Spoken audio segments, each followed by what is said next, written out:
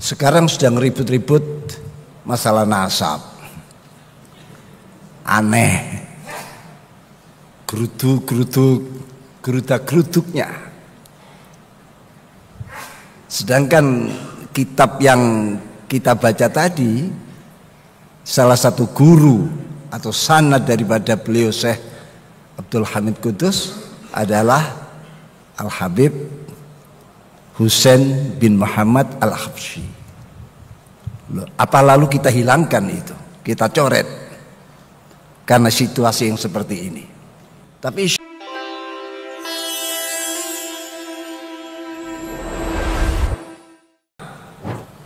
jadi ini menggugah kita.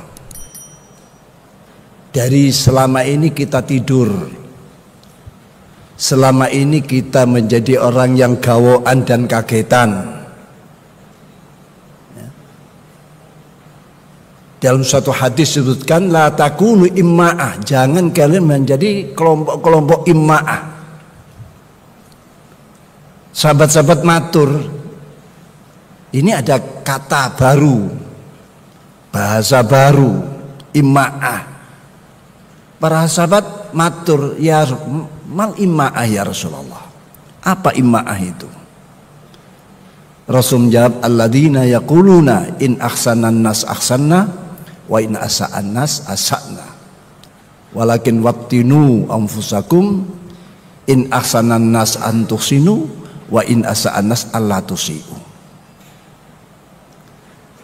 Jadi kalau bisa kita simpulkan, imma'ah itu sebetulnya adalah rangkaian daripada aslinya kata in dan ma'ahu, lalu ditarkib mazji menjadi imma'ah. Jadi in ma'ahu, kalau bersamanya, ini mempunyai arti orang yang latah, yang tidak punya pendirian. Ya kalau bersama dia, saya ya ikut dia. Kalau bersama lainnya, ya saya ikut lainnya. Makanya Rasulullah menjawab pertanyaan sahabat, alladzina yaquluna in ahsanan nas ahsanna wa in asa'an nas asa'na. Itu orang-orang yang selalu perkataannya, manakala orang lain melakukan kebaikan, saya ikutan. Ini masih baik. Tapi wa in asa'an nas, sebaliknya kalau orang melakukan kejahatan, keburukan, saya tidak ketinggalan, ikut-ikutan melakukan. Ini namanya orang latah. Oleh karena itu para ulama-ulama kita dulu selalu mengingatkan, la takunu imma'ah, jangan kalian menjadi kelompok-kelompok imma'ah yang tidak punya pendirian, yang hanya ikut-ikutan gerudak-geruduk. Sebab orang yang gerudak-geruduk tidak punya pendirian, ini akan mudah diwarnai, akan mengikuti apa yang terjadi, yang dianggap aneh, dianggap sesuatu yang luar biasa. Karena aneh itu kan luar biasa, mungkin luar biasa jeleknya atau luar biasa baiknya, maka dianggap aneh. Sekarang sedang ribut-ribut masalah nasab. Aneh.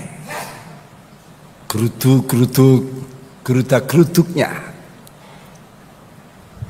Sedangkan kitab yang kita baca tadi, salah satu guru atau sanad daripada beliau Syekh Abdul Hamid Qudus adalah Al-Habib Husain bin Muhammad Al-Habsyi.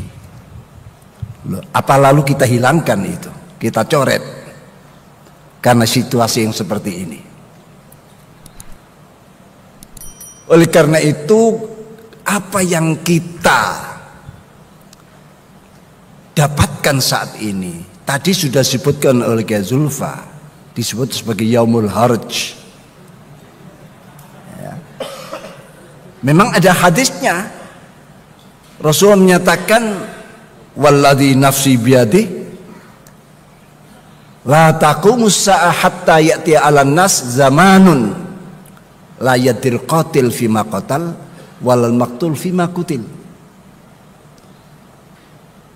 Qalu wa ma dzaka ya Rasulullah? Qala al-harj.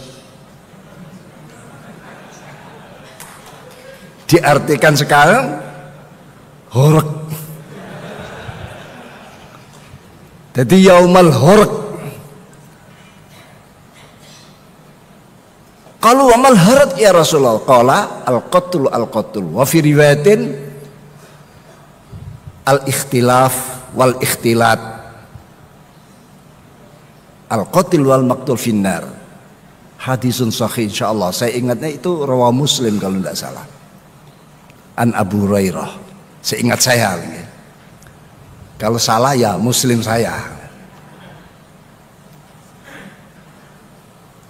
Jadi Rasulullah bersumpah demi zat yang menguasai diri saya, nyawa saya. Kiamat belum segera akan didirikan sebelum datang dialami oleh umatku sebuah zaman yang mana pada zaman itu la yadil qatil fima qatal wal maqtul fima qutil. Seorang membunuh orang lain, dia tidak tahu apa motivasinya, apa jalarannya, apa sebabnya. Tiba-tiba terjadilah karena situasi. Walal maqtul fima qutil, yang terbunuh pun bingung. Kenapa saya yang dibunuh? Apa salah saya? Jadi saling bingung. Terjadi kehorokan saat itu. Artinya hari-hari yang tidak menentu. Yang membunuh tidak tahu apa motifnya dia membunuh, yang dibunuh pun tidak tahu apa salahnya. Kenapa? Karena situasi sudah begitu teraduk-aduk, sulit membedakan, dan begitu sangat viral, orang sudah sulit melepaskan, sehingga harus dia melakukan itu, sengaja atau tidak sengaja. Harus orang ikut-ikutan ini karena ini sesuatu yang viral, apalagi situasi-situasi pemframingan, ya, membuat opini yang akan opini penggiringan terhadap keberadaan kita yang disebutkan sebagai umat atau bangsa yang imma'ah itu tadi. Dan sekarang munculnya para ruwaibidah. Jangan dikira ruwaibidah itu hanya ar-rajul tafi yatakalam fi amri ummah. Ya memang ar-rajul tafi, tapi tafihnya karena kefasikannya.